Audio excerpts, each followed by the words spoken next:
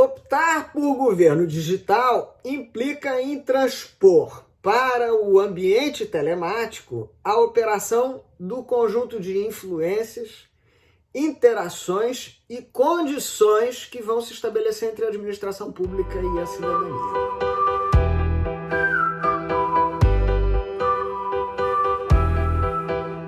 Segundo ponto, dificuldades imediatas à implantação de uma lógica de governo digital. Na perspectiva da coletividade que é servida pela administração, a primeira dificuldade é a óbvia, exclusão digital. E isso é o que sempre se fala. Mas e a exclusão digital? Mas e a exclusão digital? É um dado super relevante, mas a gente precisa pensar um pouquinho mais, né? A exclusão digital, ela a rigor tem 3 manifestações. Você pode ter exclusão digital decorrente da ausência da estrutura. Não tem torre de repetição do sinal.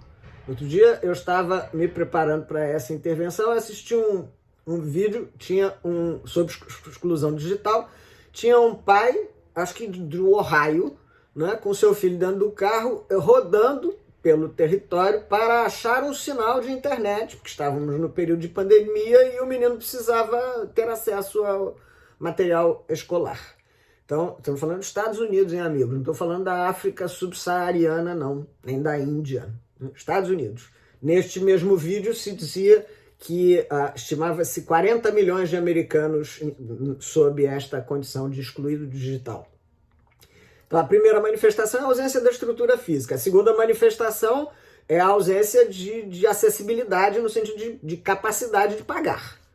Tá aqui, tem a estrutura física, tem tudo, custa tanto. Não posso pagar. Né? Então, desculpe, vai ficar com o planinho básico, vai falar no WhatsApp e olhe lá. Né? Vivenciamos muito isso no período da pandemia. Havia os alunos que diziam, olha, meu plano de dados não aguenta assistir às aulas e tal. Essa é uma segunda possibilidade. A terceira possibilidade é mais sutil. É a iliteracia digital. É a pessoa que não tem familiaridade, que não está próximo, né?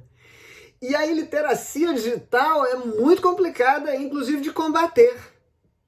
Porque eu no outro dia fazia uma intervenção e falava sobre isso e dizia: iliteracia digital é o fenômeno que acomete a sua avó, né? Quando você chega e diz assim, vó, já viu? Pelo visto, a avó do Cleiton não padece de iliteracia digital, que ele mais do que depressa consignou que não, né?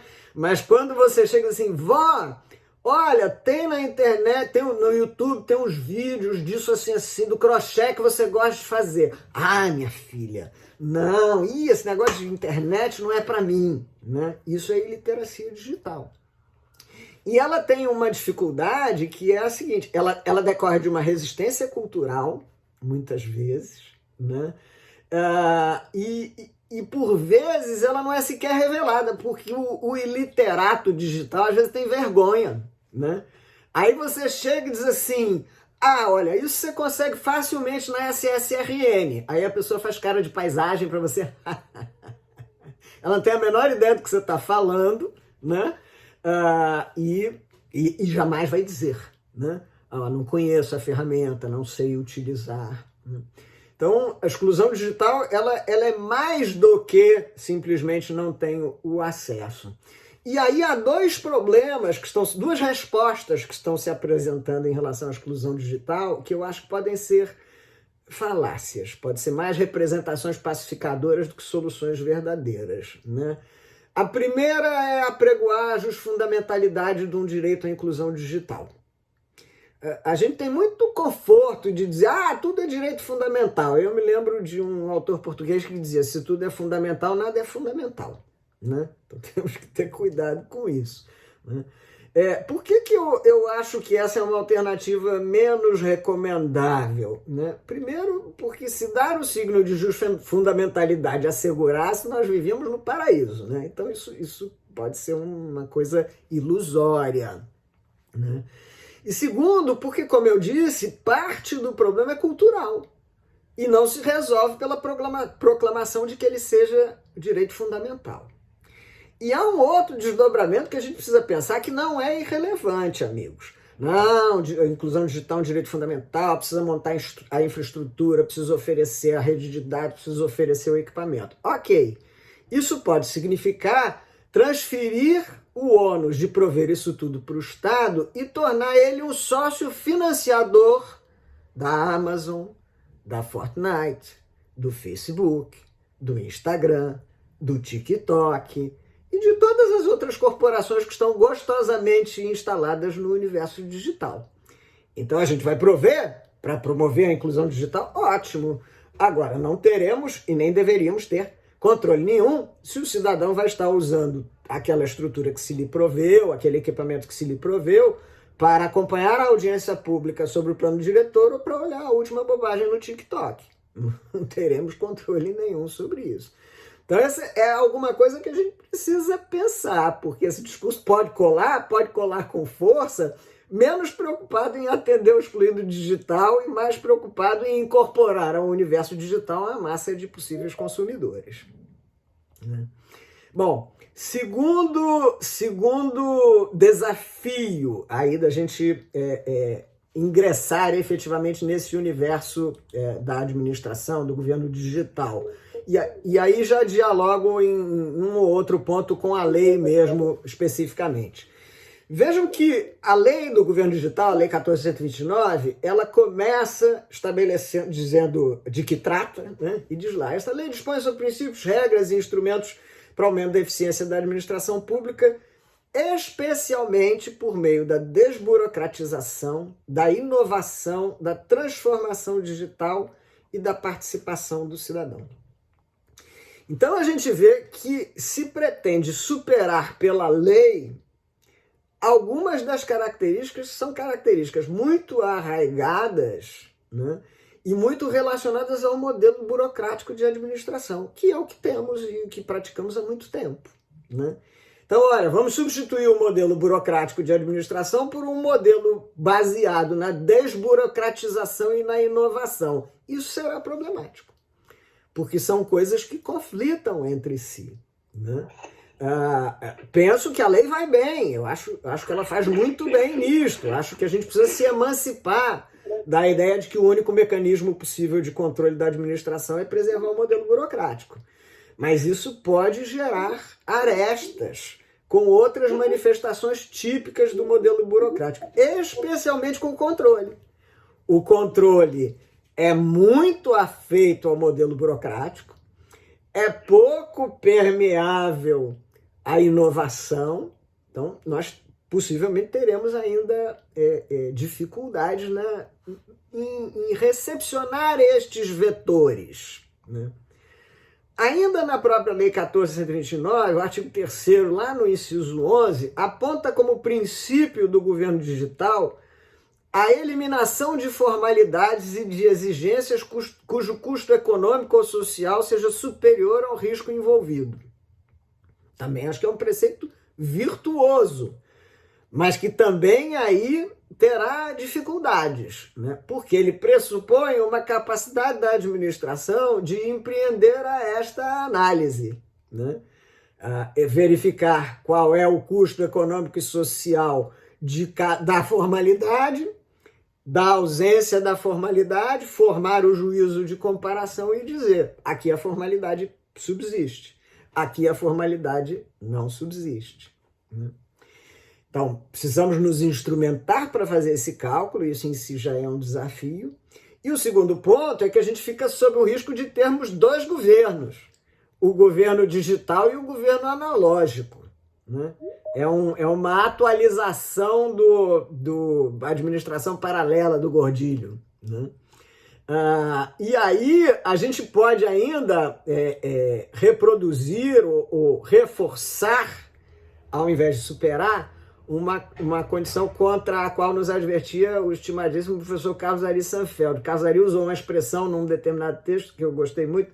Ele diz, olha, a administração pública é uma confederação assimétrica de regimes singulares, né? É mesmo.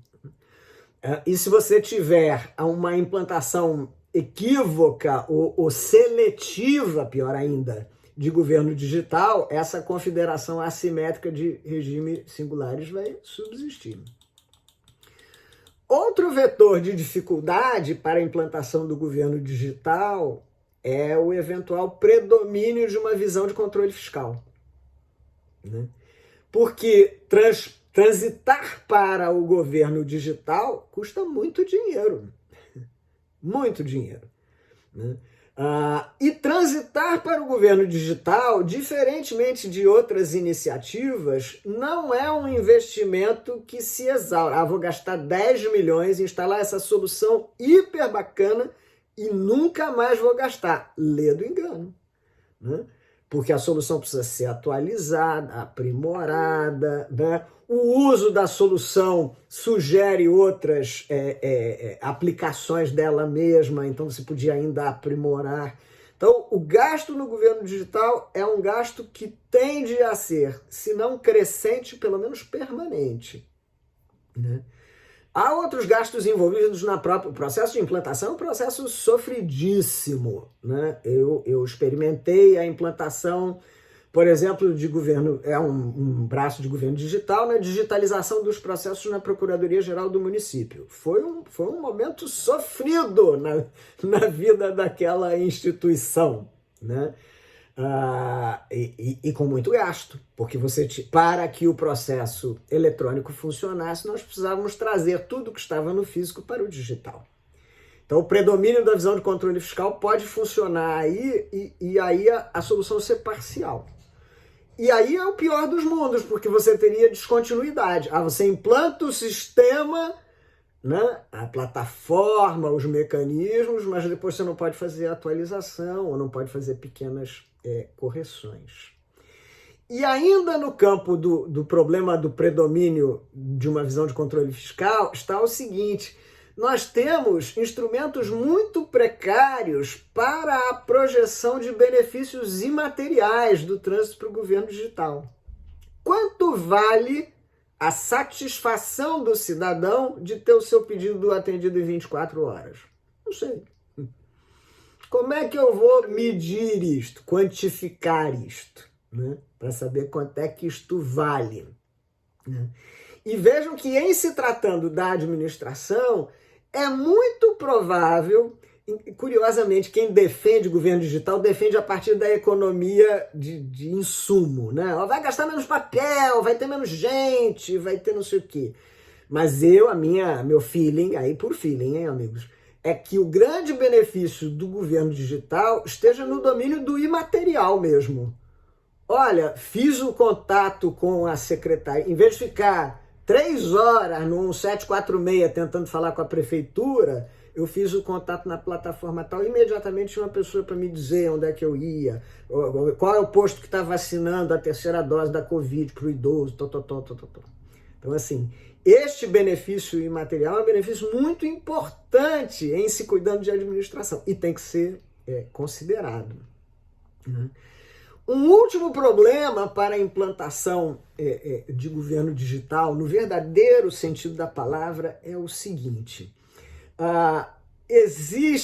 governo digital é mais do que um site ou um aplicativo para você dizer, olha, preciso que... Tem uma árvore aqui na frente da minha casa, cujas raízes estão vindo aqui na estrutura, então preciso que tome uma providência em relação à árvore.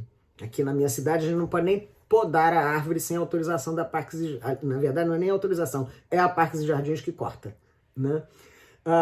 Então, assim, governo digital não é só oferecer a plataforma onde eu posso dizer, alô, Parques e Jardins, preciso que venha cortar a minha árvore, né?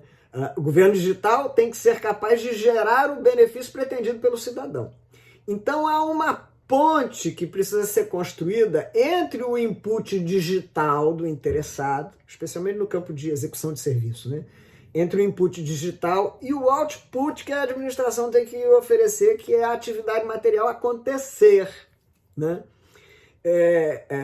Então, construir essa ponte é espinhoso, né? Vamos a um exemplo também da atualidade. Não sei se vocês experimentaram isto aí em Curitiba, mas aqui no Rio não era incomum que as pessoas fossem se vacinar, consultassem o Conecta SUS e não tivesse lá a sua dose. Tá vendo? Isso é uma porcaria, isso não funciona, esse governo. Aí uns falavam mal do governo federal, porque o Conecta SUS é federal. Outros falavam mal do governo municipal, porque a vacina foi do governo municipal. onde está o mistério? O prefeito da cidade do Rio de Janeiro, para ampliar a vacinação, estabeleceu postos de vacinação em vários lugares que não eram postos de saúde. Eu, por exemplo, tomei as minhas 2 doses de vacina na Casa Firjan, né? Não fui ao posto de saúde, fui na Casa Firjan. Afinal, era lindo, né?